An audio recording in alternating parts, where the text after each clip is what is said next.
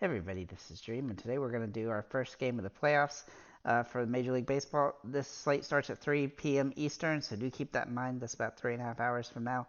Before I get started, can you guys smash that like and subscribe button? I'm also going to give you my betting picks for this slate as well. But let's go ahead and get into our players, though. So I'm going to break this down team to team.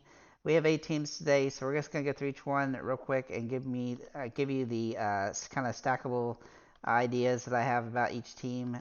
So we're going to start with our Texas Rangers here.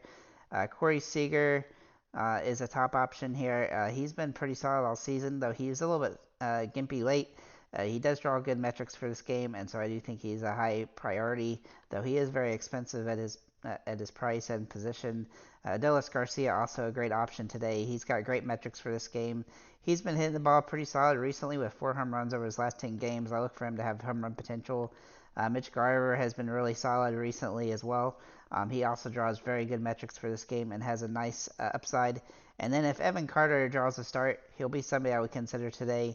And as he's had some good home run metrics throughout his limited games, if he does play on this game, then he'd be somebody I would consider. But he's up and down a little bit, so do keep that in mind. A couple other guys and Jung, Nate Lowe, and also Marcus Simeon would also be in play on the slate. Texas looks really solid, but they do have a somewhat tough matchup here against Tyler Glasnow. So I think Texas is a decent stack, but is a contrarian one. Moving to Tampa Bay, we have 3 guys I really like today. We'll start with Andy Diaz at first base. He's been absolutely dominating with 452 average over the last 10 games. He's had some really big games. He's even had some home runs in those games, which are boosting him as well. He has a pretty good matchup here against Montgomery, but so he does have some utility. But I do think Tampa Bay is a little bit risky on the slate, but he is a capable option, though he's a little bit pricey. Arizona for Tampa Bay also in play. He hasn't been particularly great recently, but he does have some good games under his belt, and he has got multi-hit potential as well, with including home run potential. He is pricey as well, but I do think he's a viable option. And then Josh Lowe, he's just a little bit underpriced here at $4,400. He's been absolutely monstering the ball lately with a 417 average over his last 10 games. Lots of multi-hit games. He doesn't need a home run to pay off here, but he is capable of it as well. And so I do like his upside here. Even if you were to use Jordan Montgomery as a pitcher on the slate, you could throw in Josh Lowe as a contrarian option in the outfield. Moving to the Toronto game here, we're going to start with Vlad Jr. Obviously, he's a great hitter, home run potential as well. He's been pretty up and down throughout the year, but he's hitting the ball pretty well recently with a couple multi-hit games. Though he is striking out some, he is very capable on the slate and has a really nice upside. Bo Bichette also in play. He's hitting the ball very well. Not a huge home run threat today, but he has good matchup metrics, and he has good multi-hit potential and good hitting in general. I really like his upside today.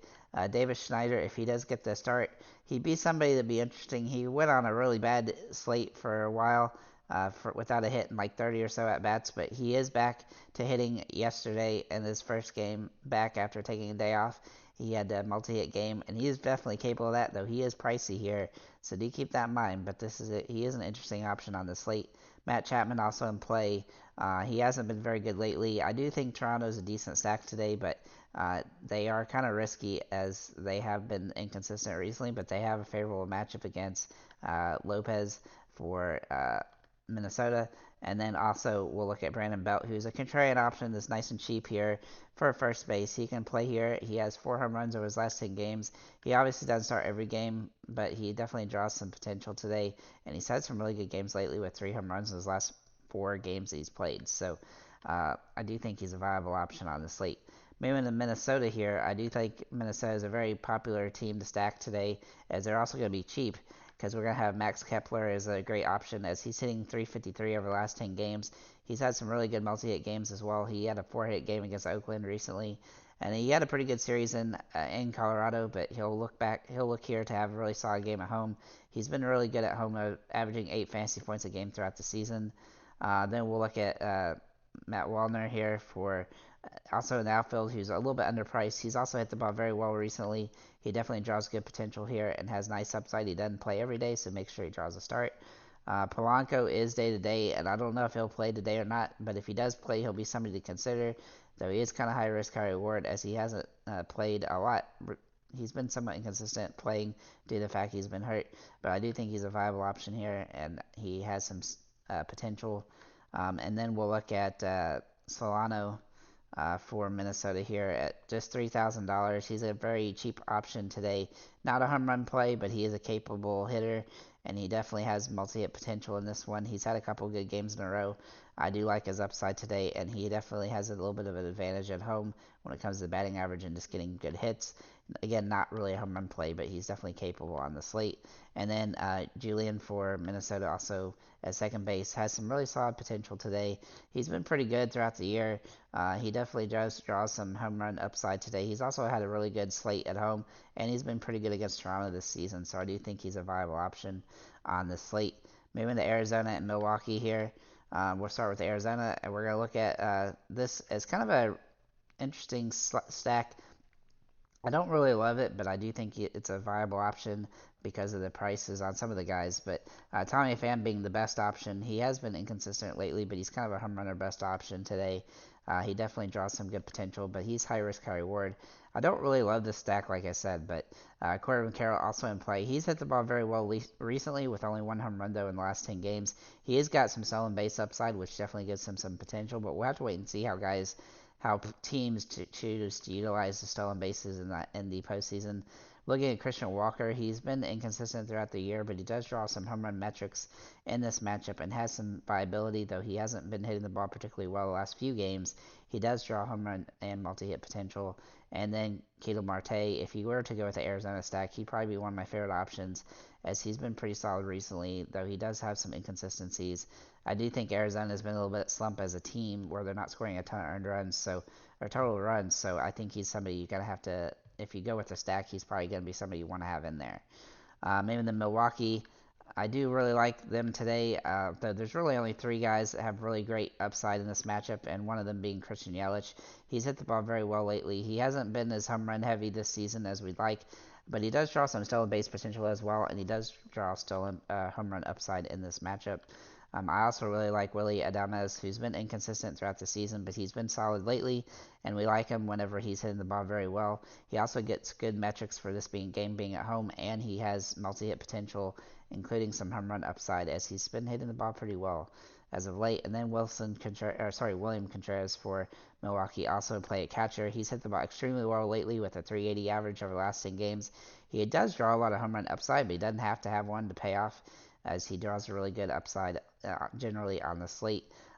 Milwaukee stack is a little bit smaller. You could also kind of mix in Santana as well, and even Donaldson if you were to want to, but I think a smaller Milwaukee stack is definitely in play on the slate. Then we'll look at Miami and Philly, and so Miami is going to have a very interesting option today, as they have a pretty good matchup here against Wheeler. Wheeler has been pretty good against Miami this season, but I do think Miami has some upside in this matchup. Soler being a top option here at 371 average over the last 10 games. He's hit the ball very well recently, and that does draw him some good upside here, but he does need a hit home run to pay off. Jake Berger, meanwhile, is very priced fairly. He's hitting 300 over the last 10 almost. He also has one home run in that stretch. He does draw some home run metrics here. He definitely has multi-hit potential, but in order to really pay off here, they're going to have to score some runs. Then we'll look at Jesus Sanchez from Miami. He's been inconsistent lately, but he is capable of a good game here, and he's good against right-handed hitters more so than lefties. So I do think he's going to have some nice upside if he draws a start today. And then Luis Arias, he is day to day. I don't know that he's going to play today, but if he does, he obviously has great hitting potential and multi-hit potential. Not a huge home run threat, but he's capable of a solid game regardless. And if he does draw the start, he'll be in play. Josh Bell also in play here. As he's hit the ball very well lately, he has some home run upside as well. But he's had a lot of multi-hit games, and he's scoring fancy points by getting RBIs and stuff like that. And they're going to need him if they're going to win this game on the slate, so he's definitely a viable option. Philadelphia, I like four guys here. Bryce Harper being a top option. He's really turned his season around after starting off slow, but he has really good home run potential today, and he draws really good metrics for this matchup. Though he does have a low floor, but his ceiling is very high. Kyle Schwarber is a bit of a best home runner, best kind of guy. You only want to use him if you think he's going to hit home run, which he's definitely capable of today. He does need to hit one to pay off. He's overpriced, but he's a valuable option here.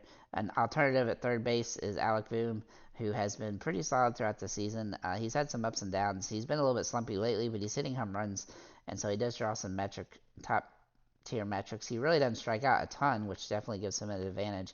He's also been better, batting average wise on the road. Even though this game's at home, he's got more home runs, so I think he's viable for a home run in this one. And then JT Realmuto finally for Philly is a great option on the slate. I do think he's a viable play as he does draw good metrics here, but he's high risk, high reward. As the batting average has been somewhat inconsistent, and he's not the biggest home run threat. I do think there are better options at catcher, but he's definitely one of the few guys that I like a lot at catcher. I'd probably put him at third behind William Contreras and Mitch Garver. Moving into our pitchers here, we're going to look at those guys real quick here for the 4 games. Overall, I think Gosman has a really good upside game here against Minnesota, but I do think it's going to be a higher scoring game, and so I do think he's going to be high risk, high reward. I really do like Wheeler, Burns. I really do like Glasnow, Burns, and Montgomery today, as they all draw some good matchups here. Lopez, Wheeler, Luzardo, and Paft look a little bit riskier on the slate, so that's just kind of my breakdown. I also have, I'll be dropping the list of players and stuff with some stats and things onto the YouTube thing post, so you can check that out there. As for our bets, let's get into this here. We're going to look at our bets here. So I have for the Texas Tampa Bay game, I'm going to take Texas and 1.5 runs. I think Texas might actually win this game too, but giving them an extra run or two is also an advantage. I also have the under on this game. I don't think this is going to be a super high scoring game, as it's a pretty tough matchup pitching wise, and I think both teams are going to struggle a little bit to score runs in this one. Maybe into the Toronto Minnesota game. I do have the over. I have Minnesota winning this game on the money line, though I do think this is going to be pretty tight, and I could see taking the 1.5 points as well.